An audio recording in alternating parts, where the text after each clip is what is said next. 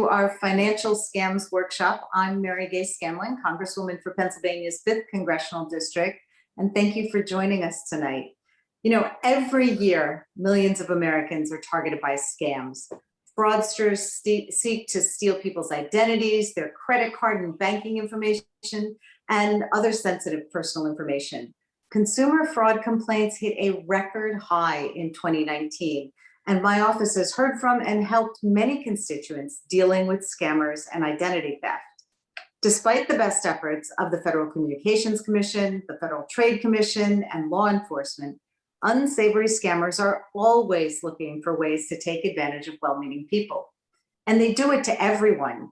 And, you know, throughout the pandemic, when we spent a lot more time at home, every time I pick up my phone, it's probably a 50-50 chance that it's going to be someone trying to get my credit card information, my social security information. If I hear one more time from the Social Security office in Texas wanting to tell me that they're going to arrest me, you know, I'm not quite sure what I'm going to do, but it's all scammers. So Congress did take a major step to address the problem in 2019 when we passed the Trace Act. And this bill required phone companies to implement call authentication technology and allow consumers to automatically block some robocalls. Already, many people's phones have these features, and in time, we hope it will lead to less people answering scam calls. So a common one, which we'll talk about today, is the government imposter scam. As I just mentioned, fraudsters impersonate a government employee and they trick people into divulging bank information or social security numbers. Often they're pretending to be employees from the IRS, the Social Security Administration, local power utilities, or law enforcement.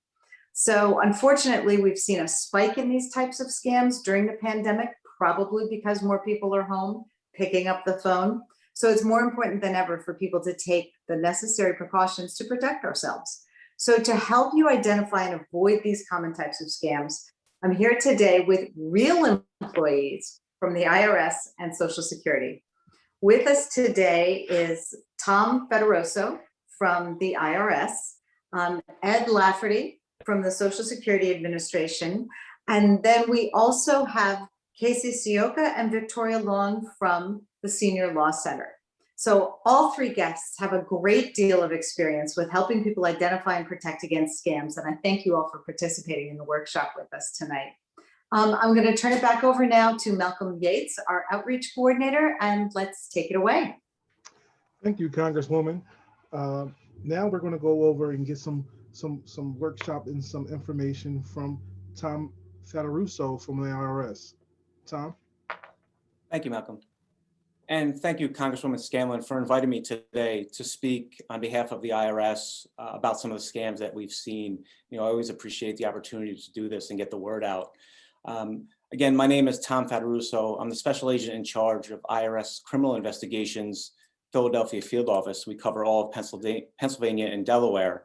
And we are the criminal enforcement arm of the IRS. So we are sworn law enforcement officers, and we are out there looking for criminals who are violating the tax laws and any other financial laws and many other laws in the United States, and hoping to put them in jail for their wrongdoing. So I'd like to cover a few topics briefly today and really piggyback off of what the Congresswoman already stated about some of the scams that we're seeing out there. I'm going to talk a little bit about phishing scams, phone scams, how to avoid them, and lastly, I'll talk a little bit about tax fraud and more specifically tax preparer fraud. So for those that don't know, phishing is the fraudulent practice of sending emails, text messages, or social media messages that appear to be from reputable companies in order to induce you to reveal personal information such as passwords, social security numbers, dates of birth, any personal information that they can get out of you. One of the most recent scams that we've seen from phishing involves messages asking taxpayers to provide bank account information under the promise of receiving the economic impact payments faster. They use keywords like coronavirus, COVID-19, or stimulus in varying ways, and they make it look as official as possible. And they're often sent to large numbers of people at once, hoping that someone responds. So they play the numbers game, hoping that someone will respond to that email. We've also seen messages regarding fake donation requests for individuals and groups in areas heavily affected by the virus. So they're soliciting charitable donations for fake charities that don't exist. As far as phone scams go, I'd just like to echo what the Congresswoman stated earlier. Many times, including myself, we get these phone calls from someone stating they're from the IRS and that they're coming to arrest you, or they're calling the police and the police are on their way because you have some outstanding tax bill. They may tell you you need to pay right away or you're going to be arrested. They may also say that you have to pay with gift cards or some other means to get them the money as quickly as possible. And again, I've seen this personally. I've received those phone calls.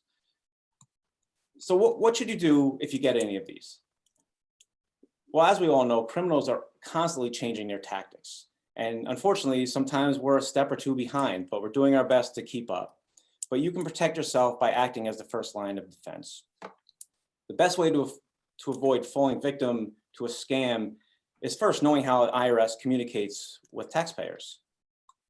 First and foremost, the IRS does not send unsolicited texts or emails.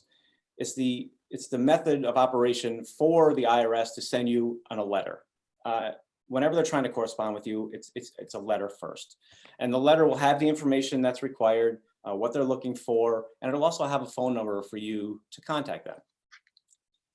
And even more importantly, the IRS will never call you making a threat to arrest you. It's not going to happen. They're never going to demand, never going to demand payments on gift cards. So if you ever receive any of these calls, just hang up. Don't get into an argument with them. Don't try to negotiate with them. They're trying to scare you into paying money. Just hang up the phone. And most times they're not going to call you right back. Most importantly, whether it's a phone call or an email or a text, don't click on any of the links in those emails or text. Don't open any attachments. Even if they claim to have information about getting your economic impact payment faster or getting your refund faster, don't click on those links. And never give them your personal information from any of these unsolicited phone calls or emails. As I said earlier, they're just trying to get that information out of you so that they can steal your identity and do bad things with it. And there are many things they can do with your identity, including filing false tax returns in your name, trying to get a refund that they don't deserve.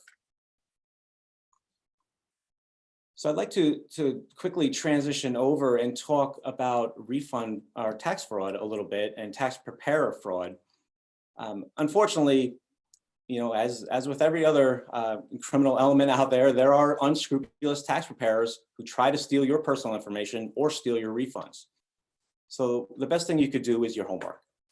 If you're using a tax return preparer, as many of us do, look for a preparer who is available year-round. So you don't want a fly-by-night tax preparer that's there during tax season, and then you try to find them in June or July and they're gone. So look for a reputable tax preparer. Ask for references. Go on Yelp. Do your homework and find out if you can find a reputable tax preparer. Always inquire about the preparer's credentials and ask if they have an IRS preparer tax identification number. The IRS requires this PTIN, as we call it, for every paid tax preparer. And you could go on irs.gov to look up someone's credentials and to see if they have a PTIN. Ask about their service fees. Avoid preparers who base their fees on the percentage of the refund that they're going to get you, because that entices them to get a larger refund, maybe one that you're not entitled to, so that they can increase their fees. And never sign a blank or incomplete tax return. Make sure when you get your return back before it's filed, look it over carefully, line by line, and make sure that what you supplied to the tax return preparer matches what is on the form. And if something doesn't look right or something doesn't feel right, ask about it, because ultimately you're responsible for what goes on your tax return. If there's something wrong on there, you're the one that's going to be liable for it, and you're going to have to make amends. So make sure everything is correct before it's filed. So what should you look for when it comes to ID theft? I mean, you may not know that your ID was stolen until it's too late. So you may be a victim if certain things happen. So you may get a letter from the IRS asking about a suspicious tax return that you know you did not file. You may try to electronically file your tax return and find that it's rejected by the IRS because of a duplicate Social Security number. So that means that someone else had filed a return before you were able to do it in your Social Security number. You could get a transcript in the mail from the IRS that you did not request. And a transcript can be ordered online on irs.gov. And what it is just a summary of your tax return. So if you didn't order one and it gets sent to your house, that may be an indication that someone was in your account. You could also get notices from the IRS stating that an online account has been created in your name. You could get a notice saying that your existing online account has been accessed or disabled, and when you know that you had taken no action for that. You may also get a notice saying that you owe additional tax, or part of your refund may be offset, or a collection action could be taken against you for a year that you know you didn't file a tax return. And lastly, if IRS records indicate that you receive wages or other income from an employer that you didn't work for, that's an indication that your ID may have been stolen. So what do you do if that happens? Well, the first thing to do, if you get a notice from the IRS, respond immediately. Call the number provided and talk it through with the representative. If you try to file your return and it's rejected because of a duplicate filing under your Social Security number, you can go to irs.gov. And at the bottom of the page, there's a section on identity theft. There's a section on frauds. There's great information there. And within that, there's a form called Form 14039. It's an identity theft affidavit. You fill that out, print it, attach it to your tax return, and mail it to the IRS according to the instructions on the website. You could also visit identitytheft.gov, which will give you useful information and steps you can take protect your accounts. And if you previously contacted the IRS and did not have a resolution, you can call 1-800-908-4490 for specialized assistance. We have teams standing by to help you. And as always, additional information can be found on irs.gov. Thank you, Malcolm. Thank you. Thank you so much for that, Tom. You gave us some good do's and don'ts there. And, just wanted to repeat, don't give out your information, don't pay over the phone, and don't click any links. Those are some key points that you provided there, Tom, and thank you so much. Next, I want to turn this over to Ed Lafferty from the Social Security Department. He will provide us with some good feedback on how to avoid scams for the Social Security Department. Ed? Yes, good evening. I'm going to follow up with what Tom was talking about, because again, I'm a federal employee, as Tom is, where your tax money at work.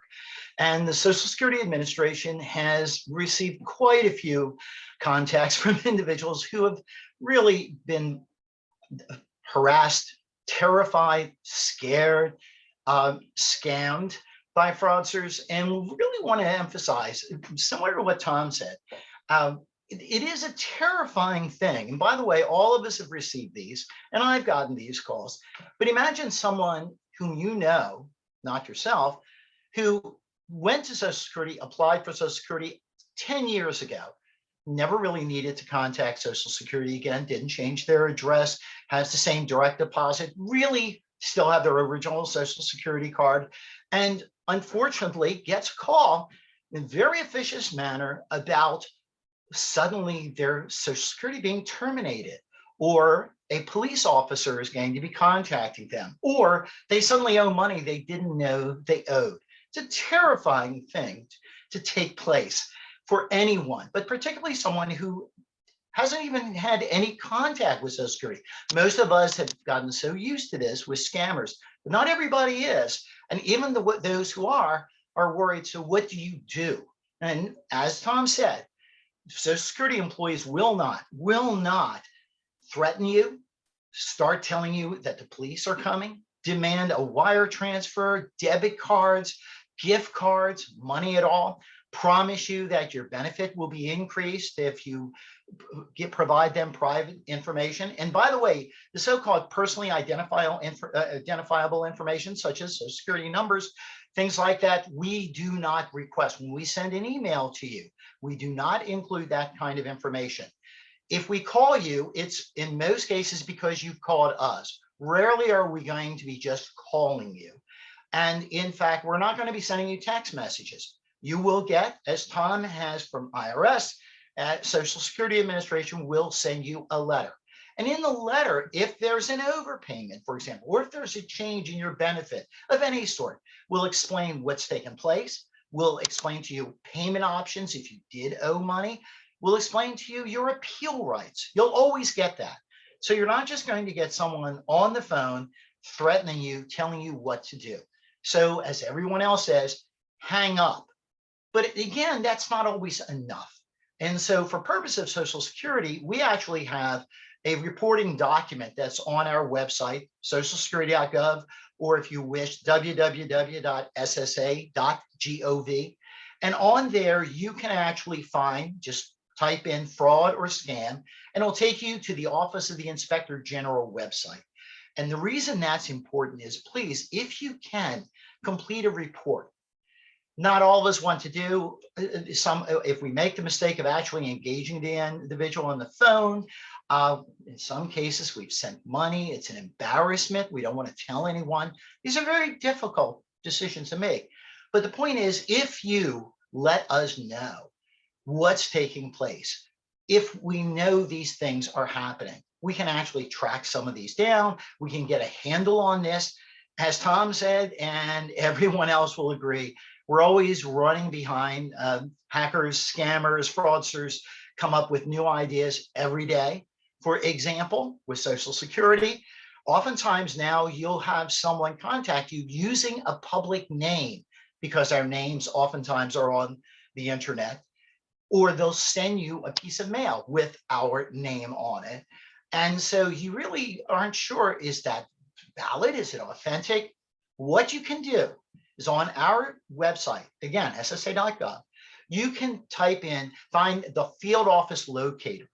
And what you can do is find, just by submitting your own zip code, you actually have the phone number of your local office and you can call them.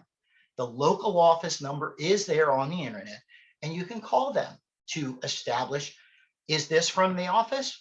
Is this valid? What am I to do with this mail? In many cases, it's going to be fraud. It's going to be a scam, in which case we do ask for you, if you can, to complete the form for the Office of the Inspector General. Now, again, not everyone has the ability. You might not have broadband, infirmity, depends on your system. So you can give us a call. We really would like you to do it online. It's much more effective because there are quite a few questions we ask. But if you do need to call, it's 1-800-269-0171. Again, I apologize. Let me correct that. 1-800-269-0271. So again, 269-0271. My apologies. But you can give them a call. So they're available. So that's one way to take a little bit of control over this. Another way is creating a My Social Security account. Most of you are probably familiar with it. There are about 50 million people who have actually created them. If you are on Social Security, you can get a replacement Medicare card, get a replacement Social Security card, but also change your address, change direct deposit. The point is, once you've created an account, if anyone tries to get on there, you have to have a username and password. After they would attempt to get on your My Social Security, the fact is that Social Security will send you a text message or email you that someone is trying to take advantage or open or use your account. So the point is, it gives you that added protection, a little bit of a buffer. Again, it takes the extra step. We all live in a world in which we all have to take extra steps, unfortunately, today, but you can do that. The other thing is, as with Tom's point about the IRS, on ssa.gov, there's always information updating about scams, on frauds, on things to do. There are posters, fact sheets on how to handle phone calls and so forth. All of it's available. It is your tax money creating that. And it's a defense in part. really, what you really have to do is just be on your guard, be aware. In addition for you though, and this is one of our requests, is to be aware of other individuals who are in a more vulnerable population.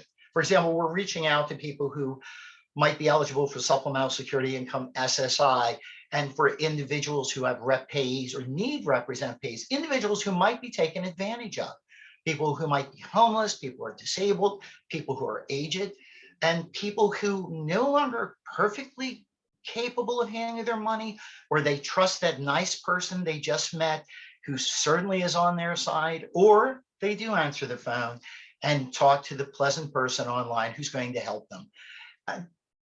Help your neighbor, help your relatives, help the people around you, because this is across the board. And as was pointed out by the Congresswoman, it's Tom, tens of thousands of these allegations are made every single month across the board.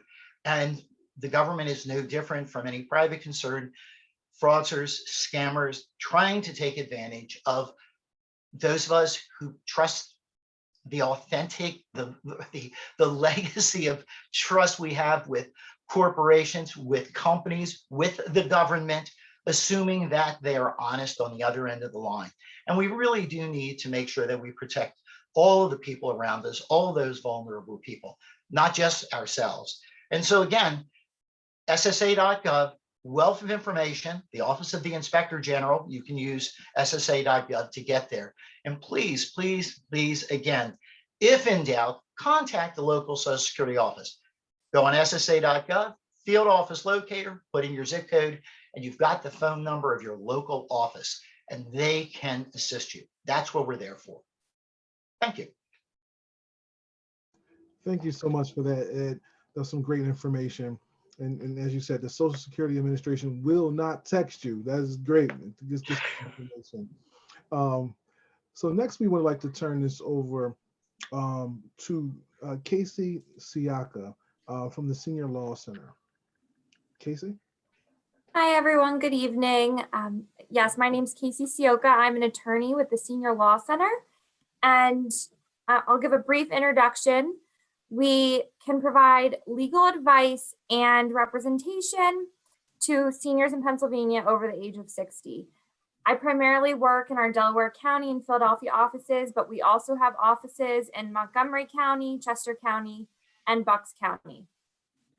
And I'm going to pass it over to Victoria, and she will give you some more information. But I just like to reiterate, we really want you to pay attention to the signs of these scams before you have to call us.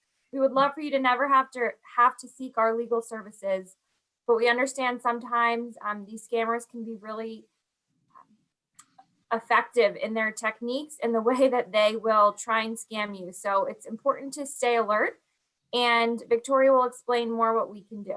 Thank you. Hi, so yeah, I'm Victoria Long, and I'm an elder victim advocate for the Senior Law Center. I'm a Chester County advocate, and I work with Philadelphia as well. And so I wanted to go over some of the warning signs we see, some of the red flags that we're seeing, because we're getting a lot of calls. As was expressed by the people before me, there are so many scam calls and scam text messages and fraud emails going out. So we're seeing a lot of them, and I wanted to go over some red flags and ways you can defend yourself and some of the newer scams that we're seeing over the last year. So one thing I would love to put out there in case people don't know this, there's a thing called spoofing. And so spoofing is the ability to go onto a computer and make a phone call using someone else's caller ID information.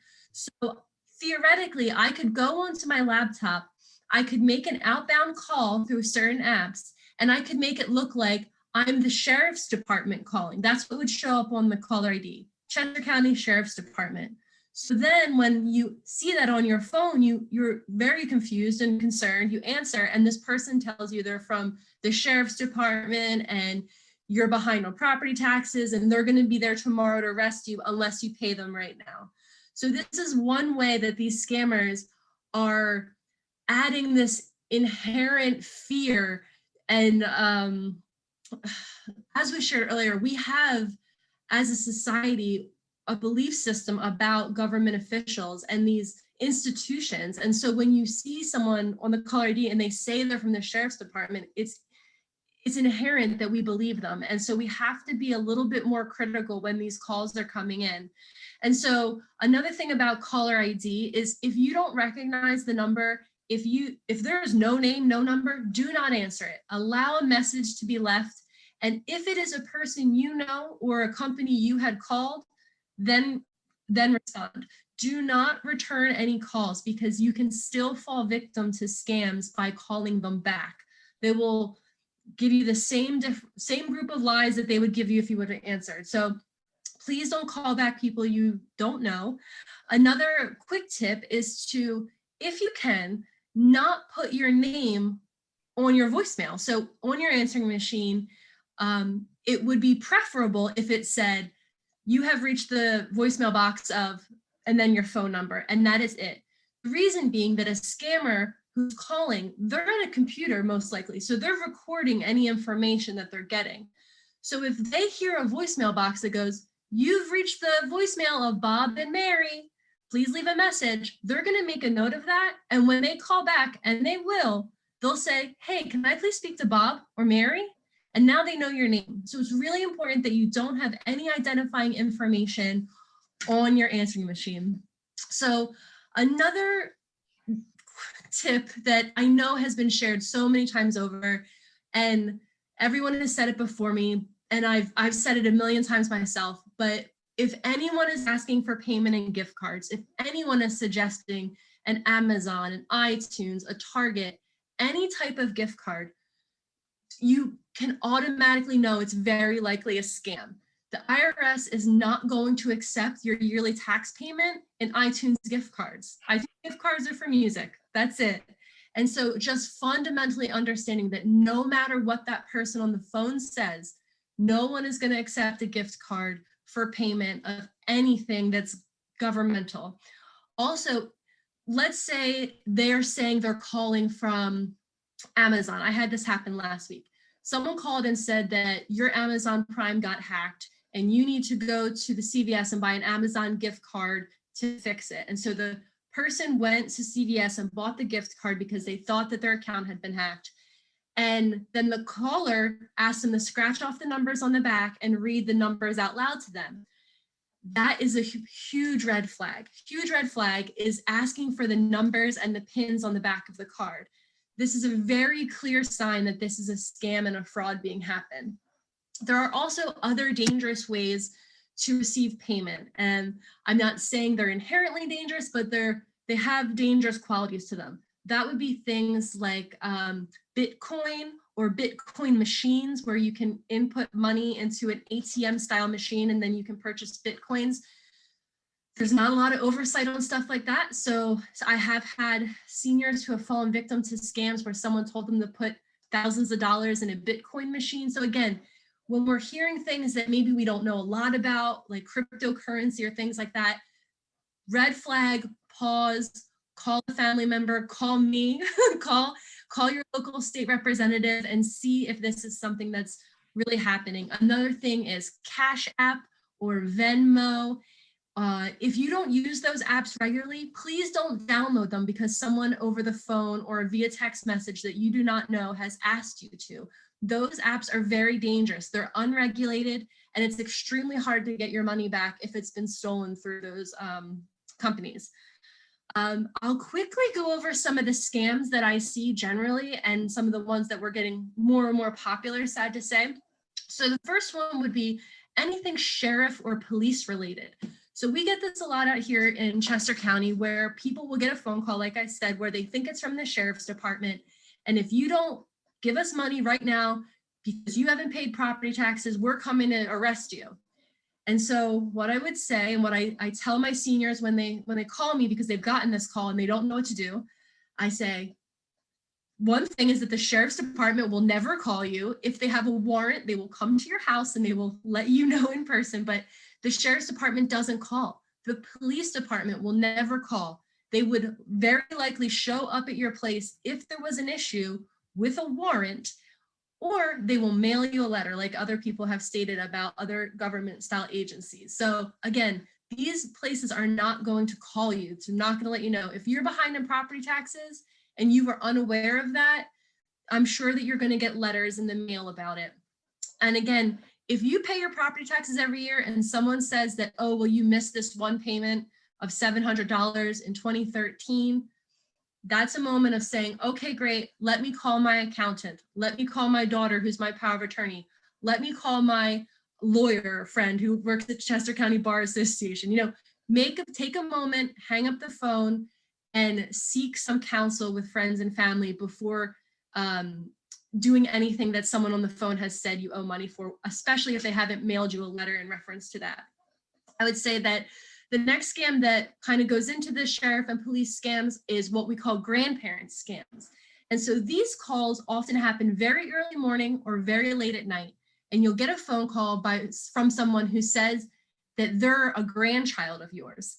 And they're going to say, Pop-up, is that you? Mom, is that you? And likely, because it's late at night, you'll go, oh, Tim, is that you? Yeah, it's Tim, Pop-up. So they've gotten the name, they got you to feel comfortable with them. And now they're going to bring up a story. Oh, I was arrested for a DUI. I'm at the police department. They said I need bail money. Can you wire it right now? Can you send me money through Cash App? Can you go get me gift cards so I can get bailed out? I'm in a different state.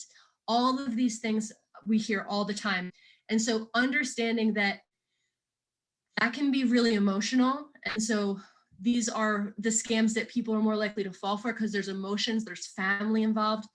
If you get a call like that, say, I'm very concerned, I'm happy to help, hang up, and then call someone else in your family to clarify, or call that police station. Oh, where are you? You're at Downingtown Police Station? Okay, great. Let me call the captain and see what I can do. Hang up the phone and call the Downingtown Police. Look up the phone number. Don't use the phone number that came in, but call the police and say, are you holding so-and-so? Confirm it, because these are the scams that a lot of people are losing money to. Another one we're seeing would be, it's not really a phone one, it's a door-to-door one, which is people offering to pave driveways. That's a big one right now. So again, in a lot of counties and a lot of townships, you have to file with your local township before you can go knock on anyone's doors. So if someone comes knocking at your door and says, one day only, we'll redo your roof for $1,000 cash, or we'll repave your driveway, one day only, it's a deal, it's a bargain, say, okay, great, just give me a moment, and then call the township, call the police, see if they have a permit to do that, because they are very likely trying to scam you out of cash. Another one that I believe would be somewhere in the IRS Social Security Department is we're seeing a lot of fake unemployment scams coming in. Someone would get a text message, here's how to apply for unemployment, just click this link, and then you go to a link and it kind of looks like the unemployment website, but maybe you've never filed for unemployment before, so you don't really know, but you're unemployed, and so you fill it out, but it wasn't really the unemployment website, and now they have your address, social security number, all the information, and so that would be an immediate reason to contact us along with the police to see what remedies could be found. Also, we're seeing a lot of COVID-19 related scams that have to do with paying for vaccines with gift cards, just so many different ways to trick people into wiring funds. And the other one that I've seen a lot, especially this month, in Chester County specifically, is a text message saying, oh, we missed you, you're not home, and we tried to deliver a package. Click this link to reschedule package delivery. And maybe you did order something, but that text message is not real. And it's asking people for personal information to try to scam them out of their funds. So again, just being very aware that a lot of these calls and texts and emails, unless you're seeking out this information, these people are trying to get their hands in your pockets and steal your money. It doesn't hurt to be critical, but I'm told often that I'm hypercritical about these things, but be more critical. If someone says they're the police, get their badge number, hang up, and call the police back. If someone says they're a Social Security Department, hang up, call, like you said, call the local area one and see if that person's actually there. Be critical, because all of these things are very dangerous. what I would say is that if you are having a legal issue due to financial exploitation, frauds, scams, anything of this nature, please call us at Senior Law Center. The statewide hotline number is 1-877-727-7529. And to speak with Casey's office in Delaware County, that's 610-910-0215. Thank you. Thank you. Thank you so much for that, Victoria. You gave us some really, really good information. Just one additional verification step to save us from a whole months full of heartaches and scams. So thank you so much for that. And also, you were saying just change your voicemail. That's a good tip there. I didn't realize that, and now that's a good way to get good information from folks. So I will be changing my voicemail as well, and I'm going to advise all the people in my network to do the same. So as we close, we received some very good tips and information and tools to help us identify if and when we are being scammed. All this information will be available on our website at scanlon.house.gov or located on the IRS, Social Security, or the Senior Law Center respective websites. Again, I would like to thank Tom Fattorusso from the IRS, Ed Lafferty from the Social Security Administration, Casey Ciocca, and Victoria Long from the Senior Law Center for being our presenters today. If you have any additional questions regarding tonight's topic, we have a dedicated caseworkers who will be happy to help. You can call our local office located in Chester City at the Wharf near at the soccer stadium. Give us a call at 610-626-2020. That's 610-626-2020. And on behalf of Congresswoman Scanlon, thank you for joining us and have a wonderful day. Thank you. Thank you. Thank you. Thank you. All right.